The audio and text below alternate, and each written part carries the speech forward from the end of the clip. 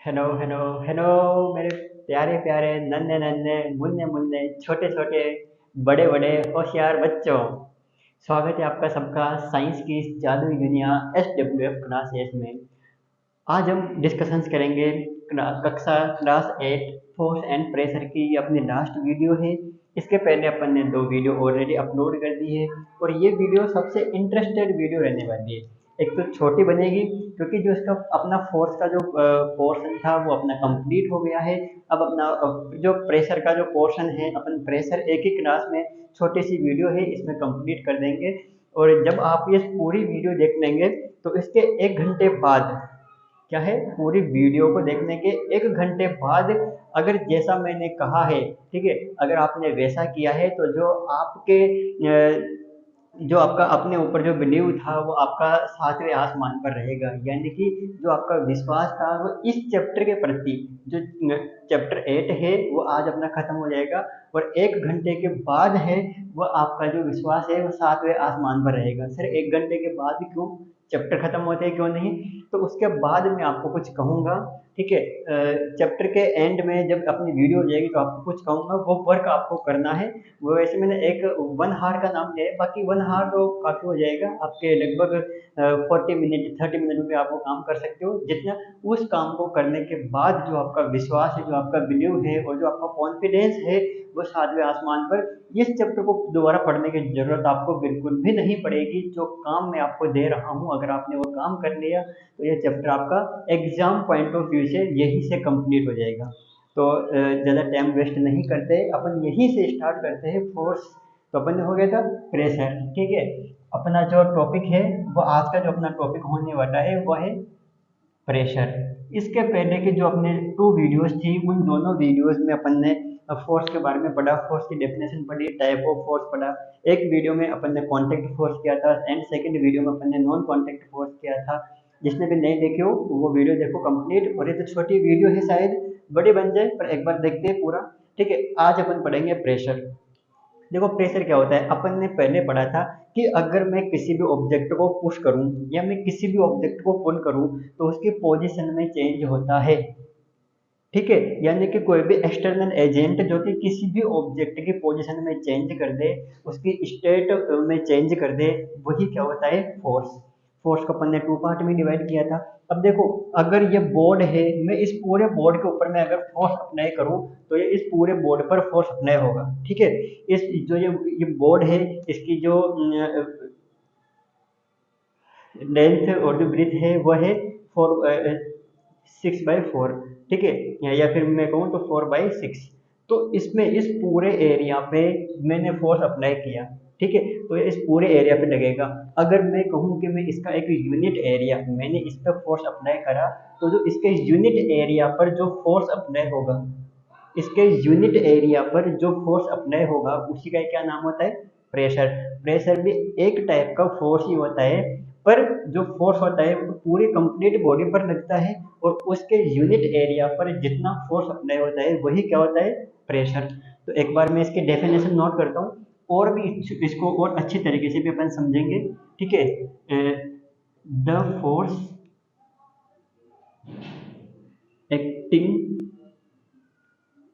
On a unit area, unit area of the surface, ठीक है। किसी भी सरफेस के यूनिट एरिया पर जितना फोर्स एक्ट कर रहा है उस फोर्स को अपन क्या नाम देते हैं, इज नोन एज प्रेशर, ठीक है। उसी को अपन क्या नाम देते हैं, प्रेशर। अब देखो, ये कोई भी ऑब्जेक्ट है, ठीक है।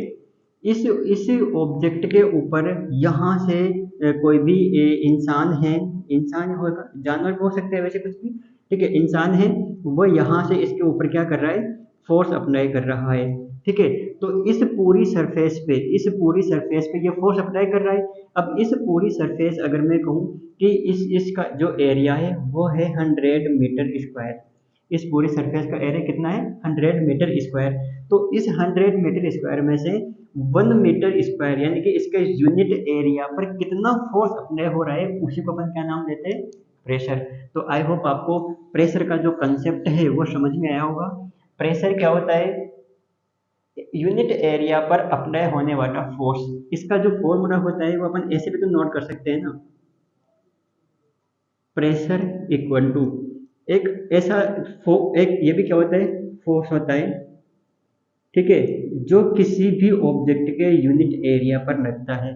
अब देखो, अगर मैं इस एरिया की वैल्यू यहाँ पे 1 पुट कर दूं, एक बार इसको तो अपन हाईलाइट करते हैं, इसको बॉक्स में बंद करते हैं और इसके 4 स्टार लगाते हैं, ठीक है, ताकि ये कहीं पे भी भगे नहीं। वैसे भगेगा तो नहीं है। अब देखो यहाँ पे अपन क्या करते हैं, इस जो एरिया है, एरिया की वैल्यू में 1 पुट कर दूं तो जो प्रेशर है, प्रेशर वो क्या आ जाएगा, फोर्स के इक्वल आ जाएगा, ठीक है। यानी कि अगर किसी भी ऑब्जेक्ट के यूनिट यानी कि एक एरिया पर जितना भी फोर्स अप्लाई होता है उसी को अपन क्या नाम देते हैं, प्रेशर। ये डेफिनेशन और ये इसका फॉर्मूला, ठीक है। अब प्रेशर की भी यूनिट सर जैसे फोर्स की यूनिट होती थी वैसे भी प्रेशर की भी यूनिट होगी। तो फोर्स की यूनिट मैंने आपको क्या बताई थी, sorry pressure, unit of pressure, ठीक है, यूनिट ऑफ प्रेशर। प्रेशर की यूनिट क्या होती है, तो देखो ऊपर मुझे प्रेशर की एसआई यूनिट चाहिए तो मैं ऊपर फोर्स की एसआई यूनिट में नोट कर दूंगा, नीचे एरिया की एसआई यूनिट में नोट कर दूंगा। अगर वो कटता पिटता है तो ठीक है, बाकी मेरे पास क्या आ जाएगी, प्रेशर की एसआई यूनिट आ जाएगी। तो देखो फोर्स की एसआई यूनिट क्या होती है, फोर्स की एसआई यूनिट का सीधा सीधा नाम है न्यूटन। पर ये न्यूटन क्या होता है सर, तो देखो एफ जो फोर्स होता है वो होता है M A, force is equal to M A. ये 9th क्लास का टॉपिक है। एम एक का मीनिंग क्या होता है, मास, और ए की वैल्यू क्या होती है, एक्सेलरेशन। एम का जो मास की जो एसआई यूनिट होती है वो होती है किलोग्राम, और एक्सेलरेशन की होती है मीटर पर सेकंड स्क्वायर, ठीक है। तो kilogram metre per second square होती है फोर्स की एसआई यूनिट। और इसका जो दूसरा नाम है वो दूसरा नाम है अपने भाई साहब न्यूटन। क्या नाम है भाई साहब, न्यूटन। या तो किलोग्राम मीटर पर सेकंड कहो या फिर न्यूटन कहो। अब इसके बाद देखो, मैं ऊपर तो मैं नोट कर दूं kilogram metre per second square, और नीचे एरिया की एसआई यूनिट में नोट कर दूं मीटर स्क्वायर, ठीक है। जब मैं यहाँ पे नोट कर देता हूँ तो मेरी जो एसआई यूनिट आ जाती है वो आ जाती है किलोग्राम मीटर। कर रहे थे यूनिट ऑफ प्रेशर, प्रेशर की यूनिट अपन निकाल रहे थे। और ये यूनिट कहाँ से आई कि जो ये किलोग्राम है, ठीक है, और ये है मीटर अपॉन सेकंड स्क्वायर, ठीक है। ये मीटर स्क्वायर यहाँ से ऊपर जाएगा तो ये यहाँ पे मीटर स्क्वायर ऐसे मल्टीप्लाई हो जाएगा। तो कि टू फ्रैक्शंस जब अपन सॉल्व करते हैं, ठीक है, ये ए अपॉन बी कोई फ्रैक्शन है और इसके अपॉन में सी अपॉन डी कोई भी फ्रैक्शन है, ठीक है। तो इसको सॉल्व कैसे करते हैं कि a अपॉन बी मल्टीप्लाई, इसको अपन रिवर्स करके और इसके साथ मल्टीप्लाई कर देते हैं, ठीक है। तो यहाँ पे क्या है, इसके नीचे 1 है तो ये 1 तो ऊपर जाएगा, ये तो मीटर के साथ मल्टीप्लाई होगा और मीटर स्क्वायर सेकंड के साथ मल्टीप्लाई होगा, ठीक है। मीटर स्क्वायर का मीनिंग क्या होता है, मीटर मल्टीप्लाई मीटर, तो 1 मीटर से तो 1 मीटर कट जाएगा, तो ये क्या बचेगा किलोग्राम और ऊपर 1 मीटर सेकंड स्क्वायर। इसी का दूसरा नाम क्या होता है, या तो kilogram upon metre second square कहो या फिर कहो इसको पास करना, ठीक है। इसका नाम क्या होता है, तो what is the SI unit of pressure, SI unit of pressure is pascal करना। SI unit of force newton, newton means kilogram metre per second square, और पास करने का मीनिंग क्या होता है, kilogram metre kilogram per metre second square, ठीक है। I hope ये आपको समझ में आया होगा। प्रेशर फोर्स अपॉन एरिया, और इसके बाद है यूनिट ऑफ प्रेशर पास्कल, ठीक है। जो आपके काम की चीज़ है जो आप नोट्स नोट करेंगे, ठीक है, वो यहाँ तक है इधर, ठीक है। ये तो 9th क्लास का टॉपिक आ जाता है। और मैंने बताया कि फोर्स की ऐसा यूनिट न्यूटन का मीनिंग क्या होता है वो मैंने यहाँ बताया था अभी। और फिर उसके बाद अपन ने प्रेशर की यूनिट को ड्राइव किया था, ठीक है। इसके बाद है ये पास्कल, सीधी सीधी मैं नोट कर सकता था इसको, इसको ड्राइव करके भी आपको बता दिया था कि अच्छे से समझ में आए, ठीक है। यहाँ तक हो गया। अब इसके बाद जो आपका टॉपिक है, प्रेशर कहाँ कहाँ पे एग्जर्ट होता है। एक तो होता है प्रेशर बाय लिक्विड, ठीक है, एक होता है प्रेशर बाय एयर, और इसके बाद है, ठीक है, अब देखो इसका यूज देखते हैं अपन, इसका अपने डेली लाइफ में यूज क्या होता है, कैसे होता है। तो देखो, आपने देखा होगा जो अपनी नेल्स होती है, जो अपन दीवार पे कहीं पे भी ठोकते हैं, कील होती है, वो आगे से तीखी तीखी सी होती है, ठीक है, आगे से शार्प होती है। यहाँ से पीछे से तो उसका जो पार्ट होता है वो ऐसा होता है, और आगे से वो एकदम शार्प होती है ऐसे, ठीक है। अब वो शार्प क्यों होती है, एक, या फिर आपने देखा होगा कि कोई भी जब पानी भर जाता है, ठीक है, गजमन पानी में चली, जब गजमन पानी में जाती है तो एक ऊपर मटका वगैरह रखी जाती है, और मटके के नीचे कुछ इस टाइप का जो स्ट्रक्चर होती है, ठीक है, इसको बोलते हैं मारवाड़ी में, अपने हड़ौती में चूमड़ी, ठीक है, वो यहाँ पे रखती है। इसका मीनिंग क्या है, क्यों रखना पड़ता है इसको। तो देखो, जो ये मैं पहले इसकी बात बताऊं फिर ये, तो जो नेल्स होती है, अपनी कील होती है, वो आगे से तीखी इसलिए होती है क्योंकि अगर मैं उसको आगे से तीखी कर दूंगा तो उसका एरिया है वो क्या हो जाएगा, कम। क्योंकि अगर आगे से वो ऐसी रहेगी तो उसका एरिया ज्यादा होगा, बट अगर आगे से वो एकदम शार्प रहेगी तो उसका एरिया कम। अब जैसे ही यहाँ पे एरिया कम हो जाएगा, तो जो प्रेशर है इसकी वैल्यू क्या होगी, बढ़ेगी कि नहीं बढ़ेगी। एरिया कम तो प्रेशर की वैल्यू बढ़ेगी, यानी कि मैं कम फोर्स से ही उसको आगे धकेल सकता हूँ, ठीक है। अब इसके बाद है जो गजमन जब पानी में जाती है, इसका मीनिंग क्या है, जो मटके को अपने सिर पे रखती है, तो ये क्या है, वो मटके का छोटा सा पॉइंट उसके जो सिर होते हैं उसके पॉइंट से टच होता है, यानी कि उसके उसमें जो एरिया होता है वो कम होता है, एरिया कम यानी कि प्रेशर ज्यादा। यानी कि जो अपना जो मटका होता है छोटा सा, उस छोटे से मटके से बहुत ज्यादा फोर्स प्रेशर है वो अपने सिर पे लगेगा, और अपन को ज्यादा लगेगा, ठीक है, अपन को क्या, गजमन को, जी, जब भी पानी भरने जा रही है उसको। अब यहाँ पे चूमड़े रखने का मीनिंग क्या होता है कि इससे उसका एरिया बढ़ जाता है, ठीक है। अब जहाँ पर भी मटके टिकी हुई है उसका एरिया बढ़ जाता है। अब अगर एरिया बढ़ेगा, इसका मीनिंग क्या है कि इस पूरी फ्रैक्शन की वैल्यू कम हो जाएगी, पूरी फ्रैक्शन की वैल्यू कम हो जाएगी, यानी कि प्रेशर की वैल्यू कम हो जाएगी। तो वही, ठीक है, वही मटका है जो एक ऐसी स्ट्रक्चर जो चूमड़ी रखने से उसका प्रेशर कम हो जाता है, दैट इज वाई कि जहाँ पर भी आपने देखा होगा स्टेशन पे कूली वगैरह रहते हैं वो भी इसका यूज करते हैं, ठीक है। तो अगर मैं कहूँ, इसको अपन ऐसे भी समझ सकते हैं, ठीक है, इस प्रेशर को अपन ऐसे भी समझ सकते हैं कि ये कोई भी फोर्स है, 5 न्यूटन का फोर्स है। अब ये 5 न्यूटन का फोर्स कितना प्रेशर क्रिएट करेगा, ये डिपेंड करता है कि ये किस एरिया पे अप्लाई हो रहा है, ये डिपेंड करता है कि ये किस एरिया पर अप्लाई हो रहा है। अगर ये 5 न्यूटन का फोर्स, अच्छे से समझ लो, इसको 10 न्यूटन कर लो, ठीक है। अगर ये 10 न्यूटन का फोर्स एक तो है 5 मीटर स्क्वायर पर अप्लाई हो रहा है, एक यही 10 न्यूटन का फोर्स है जो अप्लाई हो रहा है 2 मीटर स्क्वायर पर, ठीक है। अब देखो, 10 न्यूटन का फोर्स 5 मीटर स्क्वायर पर अप्लाई हो रहा है, इसका मीनिंग कितना प्रेशर ये क्रिएट कर रहा है, 2 पास्कल, ठीक है। ये समझ में आ गया। ये 10 न्यूटन का फोर्स अगर 2 मीटर स्क्वायर पर अप्लाई हो रहा है, इसका मीनिंग क्या है, ये 5 पास्कल का फोर्स अप्लाई, सॉरी, प्रेशर यहाँ पे अप्लाई कर रहा है, एग्जर्ट कर रहा है।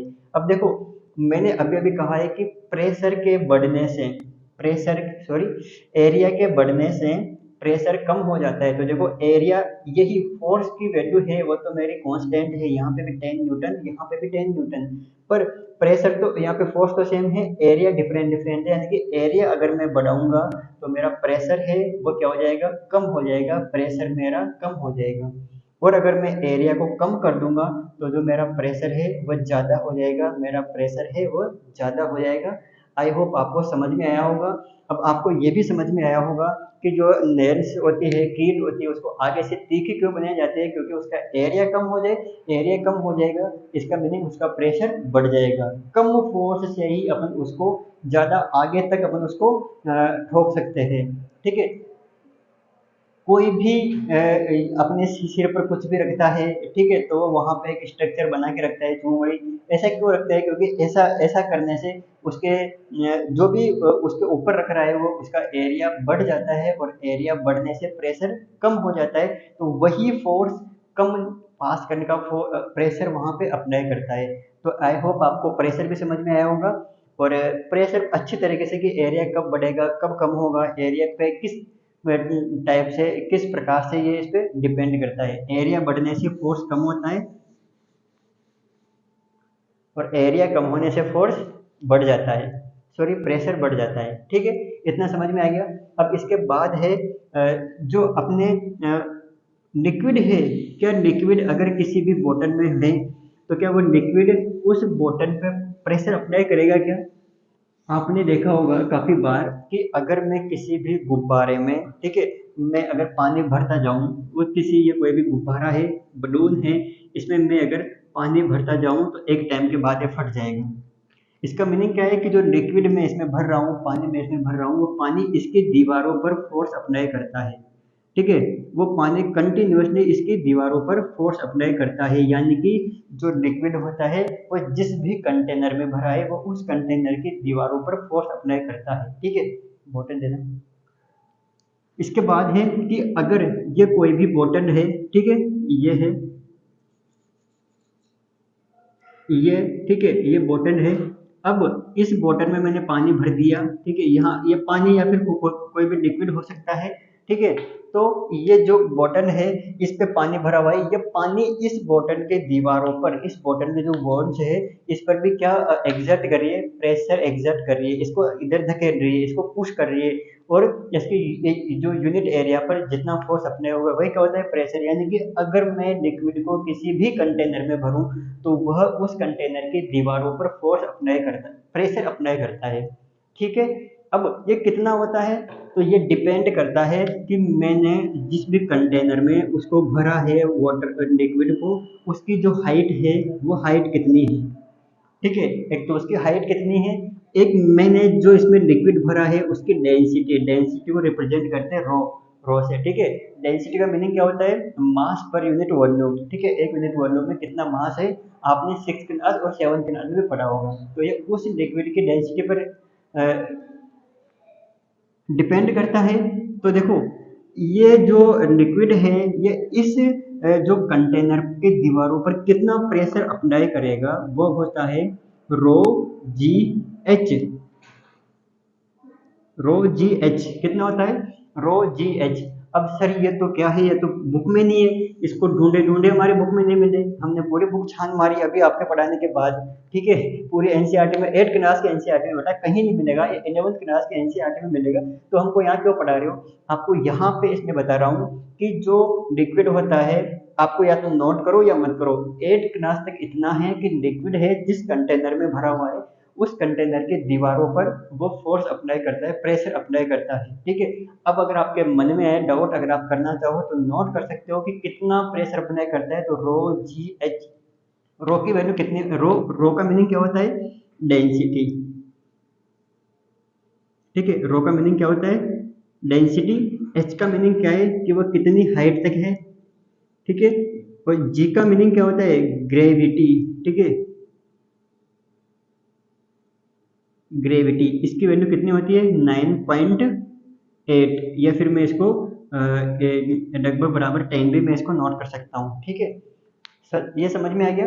रो जी एच, किसी भी कंटेनर में लिक्विड भरा हुआ है तो वो लिक्विड कितना प्रेशर उस पर अप्लाई करेगा वो होता है रो जी एच। रो का मीनिंग होता है जो भी मैंने इसमें लिक्विड भरा है उस लिक्विड की डेंसिटी कितनी है। और जी जो ग्रेविटेशनल जो एक्सेलरेशन होता है ग्रेविटी, अभी 9th क्लास में पढ़ेंगे इसको, इसकी वैल्यू सीधी सीधी होती है 9.8। और हाइट, कितनी हाइट तक मैंने भरा है, अगर ज़्यादा हाइट तक भरा है तो ज़्यादा प्रेशर, कम हाइट तक भरा है तो कम प्रेशर। ठीक है, ये बात समझ में आएगी। ओके, बस आपको एक नोट लगा के एक पॉइंट में इतना ही लिखना है कि liquid exert pressure on the wall of container. ठीक है, इसके बाद है एयर। ठीक है, क्या एयर भी, एक बार मैं इसको नोट करवा दूं ना,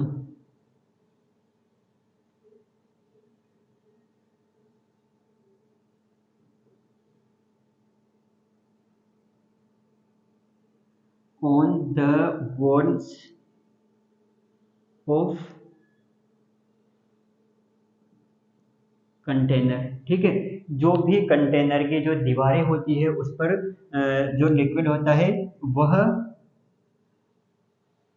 प्रेशर एग्जर्ट करता है, प्रेशर अप्लाई करता है। इसके साथ, इसके अलावा जो सभी गैसेस होती है ये भी gases are also exert pressure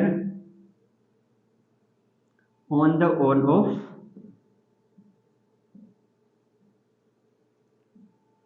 container. ठीक है, गैसेस भी सेम ऐसा ही कंसेप्ट है। जिस भी कंटेनर में मैं गैसेस को भरूंगा वह उस पर प्रेशर एग्जर्ट करती है। सेम वही कंसेप्ट, अगर मैं किसी भी बलून को मैं अगर उसमें एयर मैं उसमें गैसेस भरूं, एयर भरूं मैं उसमें एकदम फुल, कुछ टाइम के बाद वो फट जाएगा। क्यों फट गया? क्योंकि उसमें जो गैसेस है उसने ज़्यादा प्रेशर अप्लाई कर दिया, जो कि उनकी दीवारों से के भी कंट्रोल के बाहर चला गया। उनकी दीवारें उनको नहीं सह पाई, तो वही क्या होता है, उससे क्या होता है कि वो बलून फट जाता है। इसके बाद अपन पढ़ेंगे अपने चैप्टर का सबसे लास्ट पॉइंट है एटमॉस्फेरिक प्रेशर।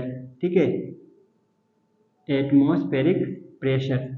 एटमॉस्फेयर तो आप जानते हो। एटमॉस्फेयर क्या होता है कि अर्थ है वह सभी गैसेस को अपनी ओर अट्रैक्ट करती है due to the gravitational force of attraction.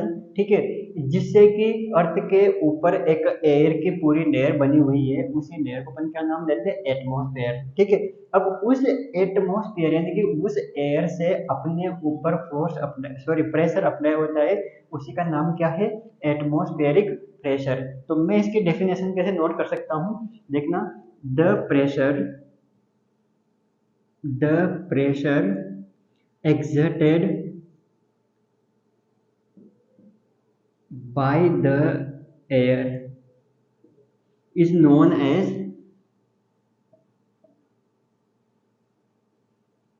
atmospheric pressure। ठीक है, is known as atmospheric pressure। ठीक है, अब देखो ये एयर कैसे अपने ऊपर फोर्स अपने प्रेशर अप्लाई करती है। तो अब ये देखो यहाँ पे कोई भी ऑब्जेक्ट है, ठीक है, यहाँ पे कोई भी ये है इंसान खड़ा हुआ है और इसके ऊपर एक नेट बांध दी। ठीक है, यहाँ से एक रस्सी से इधर इसको पुल किया जा रहा है, यहाँ से एक रस्सी से इसको खींचा जा रहा है। तो इसके ऊपर प्रेशर अपने होगा कि नहीं होगा? ये नीचे दबेगा कि नहीं दबेगा? ठीक है, अब वैसे ही क्या है, ये अर्थ है। ठीक है, अर्थ है, अर्थ के ऊपर यहाँ पे छोटे छोटे नन्हे मुन्ने जीव रह रहे हैं। अपन सब क्या है? छोटे छोटे नन्हे मुन्ने जीव है अर्थ के। और ये क्या है? यहाँ पे एयर की पूरी लेयर है यहाँ पे। ठीक है, अब ये अर्थ है, ये इस लेयर को अपनी ओर अट्रैक्ट कर रही है, अपनी ओर खींच रही है। इसका मीनिंग क्या है कि जो यहाँ पे जो भी जीव रह रहे हैं, ठीक है, पेड़ पौधे सभी, उसके ऊपर ये एयर फोर्स प्रेशर अप्लाई कर रही है। ठीक है, आप बैठे हो, अभी मैं यहाँ पे पढ़ा रहा हूँ, आपके ऊपर भी प्रेशर लग रहा है एयर पर। क्या है कि अपन स्टार्टिंग से जब से अपन अपना बर्थ हुआ है, अपन पैदा हुए हैं, तब से अपन इस प्रेशर को अपन फील कर रहे हैं। इसलिए अपन को ये फील होता ही नहीं, ये अनुभव होता ही नहीं कि कोई भी ये प्रेशर अपने ऊपर कोई भी प्रेशर अप्लाई कर रहा है। और देखो यही प्रेशर है एटमॉस्फेरिक प्रेशर, जो अपने अंदर के ब्लड प्रेशर को मेंटेन करता है। अगर ये प्रेशर ज्यादा हो जाएगा तो अपना जो अगर ये प्रेशर ज्यादा हो जाएगा, ठीक है, तो क्या होगा कि अपने अंदर जो बीपी है, जो ब्लड प्रेशर है, वो कम हो जाएगा उससे। तो जिससे भी अपना ब्लड है वो अच्छे से सर्कुलेट नहीं हो पाएगा। अगर ये प्रेशर कम हो गया यानी कि अपने अंदर के जो बीपी है, ब्लड प्रेशर है, वो ज़्यादा हो जाएगा, तो ब्लड है तो वो अपने बॉडी के बाहर आ जाएगा। ठीक है, तो ये एटमॉस्फेयर है। कहीं ना कहीं जो लिविंग ऑर्गेनिज्म है उनके सर्कुलेटरी जो सिस्टम है उसको भी मेंटेन रखता है, और इसी प्रेशर को अपन नाम देते हैं एटमॉस्फेरिक प्रेशर। ठीक है, अब आपका चैप्टर तो नोट्स वगैरह सब कुछ आपके यहीं पे कंप्लीट हो गए। आई होप आपने अच्छे से एंजॉय किया होगा, इस चैप्टर को अच्छे से पढ़ा होगा, और जितना भी हो सके और मैंने किया है इस चैप्टर को कैमरे के सामने। ठीक है, नेक्स्ट जो अपना चैप्टर है फ्रैक्शन, उस चैप्टर को भी और अच्छे तरीके से कोशिश करेंगे कि इससे भी अच्छे तरीके से वो चैप्टर आए। और अब आपका इंतजार है, जो मैंने स्टार्टिंग में कहा था उसको मैं खत्म करता हूँ कि चैप्टर के एंड में मैं एक ऐसी चीज आपको बताने वाला हूँ, ऐसी चीज आपको देने जा रहा हूँ जिससे कि इस चैप्टर के एंडिंग के 1 आवर के बाद आपका कॉन्फिडेंस है वो 7वें आसमान पर, ठीक है, 7th स्काई पर रहेगा, 7वें आसमान पर रहेगा। कैसे कि अब आपका ये चैप्टर कंप्लीट हो गया है। इस चैप्टर से जहाँ तक जितने भी क्वेश्चंस बनेंगे, ठीक है, एमसीक्यूज या फिर short answer type, long answer type question, ठीक है, जितने भी क्वेश्चंस बनेंगे, इन क्वेश्चंस की जो डीपीपी सीट है वो आज की वीडियो के लिंक जो डिस्क्रिप्शन है उसमें लिंक मिलेगी, आप वहां पे जाओ, एक वो 1 डीपीपी या 2 डीपीपी 3 डीपीपी जितनी भी हो सकती है सारी डीपीपी आपको एक ही बार में वहाँ पे प्रोवाइड होगी। आप उन डीपीपी को करो और पूरा केवल एक 1 आवर ही आपको पूरा लगेगा। ठीक है, मैक्सिमम जितने भी क्वेश्चन बनते हैं वो सारे क्वेश्चन आपके क्लियर हो जाएंगे। सारे कंसेप्ट, हर कंसेप्ट से आपके क्वेश्चन बनाया है और उनको उसको करने के बाद डीपीपी 1 डीपीपी 2, अगर डीपीपी 3 भी बनती है तो ठीक है, डीपीपी 3, ठीक है, उन तीनों डीपीपीस को करने के बाद आपका ये पूरा चैप्टर है, पूरा चैप्टर कंसेप्ट वाइज अच्छे से क्लियर हो जाएगा। और उस टाइप से होगा जिस टाइप से कभी नहीं बोलेंगे, क्योंकि आप इसको याद नहीं कर रहे, इसको सीख रहे, समझ रहे हैं। क्योंकि SWF का मीनिंग ही क्या होता है, साइंस विद फन। इसको सीखना है, समझना है, ना कि रट्टा मारना। ठीक है, तो जितने भी क्वेश्चन है आप वहाँ पे जाओ, क्वेश्चन करो। और इसके पहले की जो आपकी वीडियोस थी वो 30 मिनट, ठीक है, 30 मिनट की 2 वीडियोस, 30 मिनट की ये वीडियो तक की ये वीडियो आपकी बन जाएगी, इतनी बड़ी हो गई है।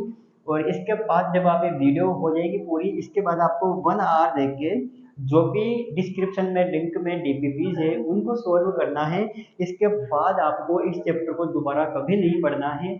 जब भी आपको लगे कि हाँ ठीक है मेरा ये चैप्टर वापस से, कभी आपका अगर स्कूल में कहीं पे भी अगर टेस्ट हो तो आप वापस से उन डीपीपीज को उठाओ, उनको करो। क्योंकि डीपीपीज में क्वेश्चंस इस तरीके से पुटअप किए गए कि वो इस चैप्टर के पूरे के पूरे कंसेप्ट आपको क्लियर कर देंगे।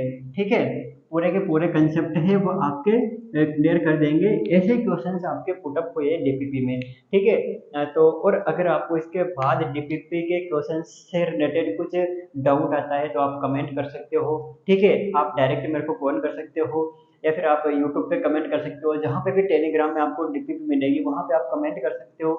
और इस डीपीपी को आप प्रिंट निकाल के आप इसको अपने पास भी रख सकते हो। क्योंकि एक तो होता है कि फ़ोन से डीपीपी करना, बार बार आप उसको नहीं कर सकते।